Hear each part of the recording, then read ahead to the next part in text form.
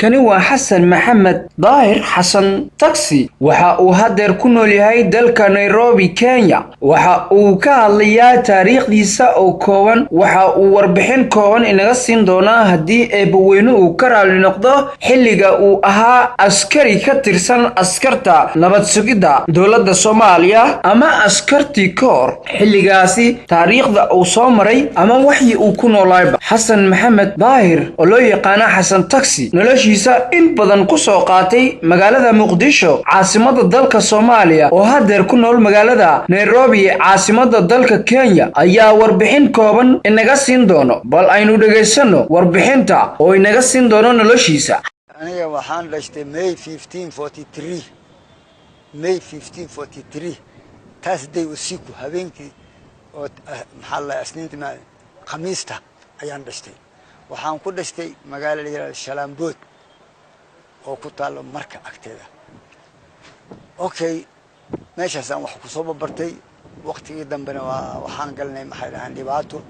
waxaan u guurnay baadiyo jannaale meel yaraaan u guurnay jannaale yaa xogaa ku soo wax baranay ka bacdi xamaraan galay xamarkii waxaan noqday ciyaal dambiil oo darbi joogo meeshaas aan ku soo koray markaan xoogaa soo roonaaday nin weyn noqday ayaa maxay dhahayaan taksiile aan waxaan ka bilaabay mooto 3 lugooley waagaan xamar galay xamar waxaa soo jiray gaari faras taksi ma jirin mootona ma jirin gaari faras socday gaari faraskaas oo arab kaliya iska leh adiga markii dambe waqti waa isbedelay mootooyinkaas aan ka shaqaysanayni mootooyinkii xoogaa wax ka bartay ka bacdina nin taksiina noqday marka shaqada koow leeydiri waxa aheeday waxa la yiraahdaa Xasan Taxi maanta wixii ka bilowday horta ciidamada ka matahay waxaan rabnaa ceel gaab tag baabuurta sitay la yiraahdo oo qoryoole iyo jannaale ka shaqayso lugaha ku xiran soo fiiri jawaab noogu keen maalinkii waa baxay habeen aheed meeshan maalinkii aan baxay baabuurtii aan tagay baabuurtii kulli waxa ku xiran lugo jeep gas lugo laga keenay Russia ayaa ku xiran meesha aviation habeenkii 6 saac la jiraa ilaa 9 saac habeenkii aan tagay riboodan geeyay Cabdinaani wuxuu yiri Xasan Taxi waxa laga rabaa lugahan meeshay ka yimaadaan inaad soo heshida laga rabaa waa soo baxay anoo taxi iska wato waqti 3 bari 4 bari markay ka soo wareegay la yiraahdo nin aan wada shaqeeyay aadan fooq nin la yiraahdo ayaan waxaan arniyo anagoo fadhina meeshan digfar banaankiisa qurac ku yaalo waxaan aadan fooq waxaan rabayaa yaakhay baabu oo aabe baabur sitay leh lugu sitay aan rabay ninka wuxuu arniyo lugu sitay baa ana lugu gadma lugu yiri waa ama waa ku weydii hadaa adiga wax ogtahay ina ii sheegtay wuxuu yiri waa adab darantahay هاي بس وحين رأى الله هذا ما أقدرنا وحلم كوي ديبه هذا أقدرنا إجرا الله أوكي هبين كوبي 8 ساعة سوادي باورك يا يمد نينك يان صوّدي باورك يان تصي نينك باورك ودنا وانا بتسوق وحارب بالإس ورشته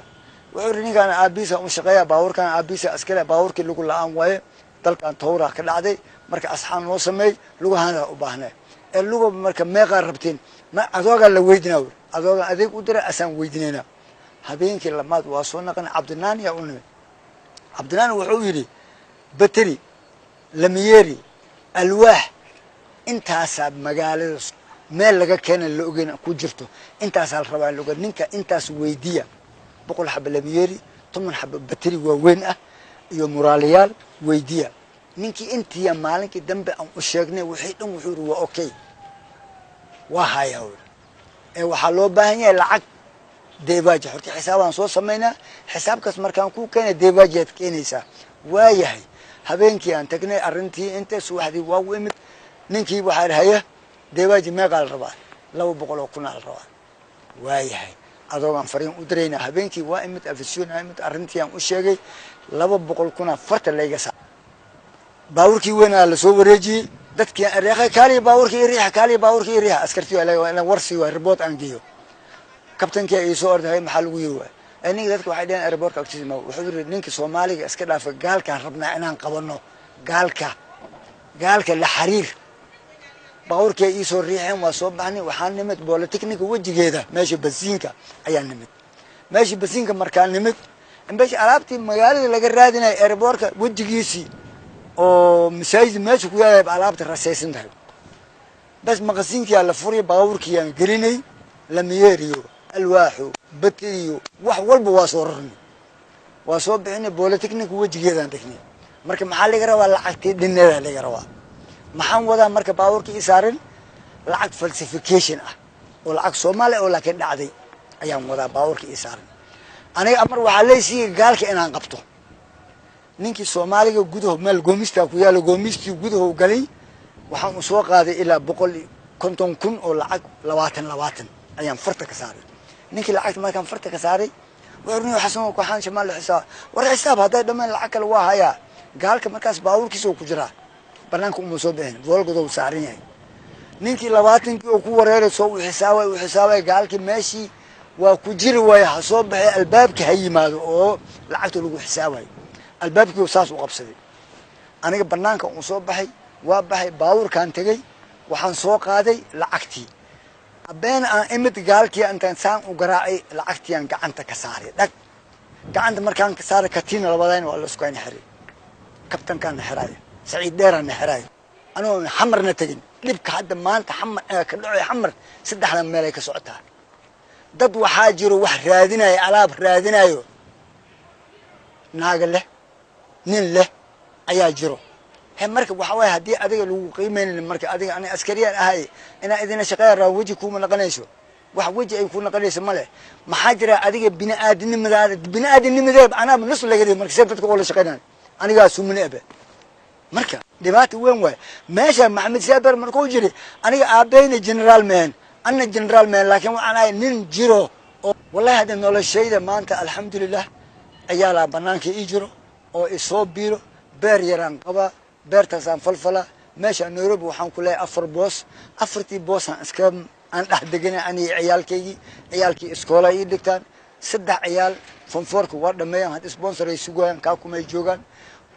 توكلنا نكورو ay dhigata marka noloshay waa normal wax weyn Xasan Maxamed Taxi ayaa ahaa askari aan ku ah gudaha dalka Soomaaliya xilligii siyaad bare haatana wuxuu ku nool yahay xiriyaha qaxootiga dhadhaab ee dalka Kenya Xasan ayaa hadeer sheegay in uu meeshaasi ku nabad qabo halkaad kala socoteen ama aad ka daawanayseen waa Juba Shabeelle News waxa idin la socodsiinayay anigoo ah Maxamed Yaasiin Maadi Maxamed Qalfa halka barnaamijkeedii kaga imaanayna waa magaalada Jowhar ee caasimadda dowlad goboleedka Hirshabeelle inta barnaamij aynkaan oo kale ku kulmeyno waxa idin leeyahay amaana Allah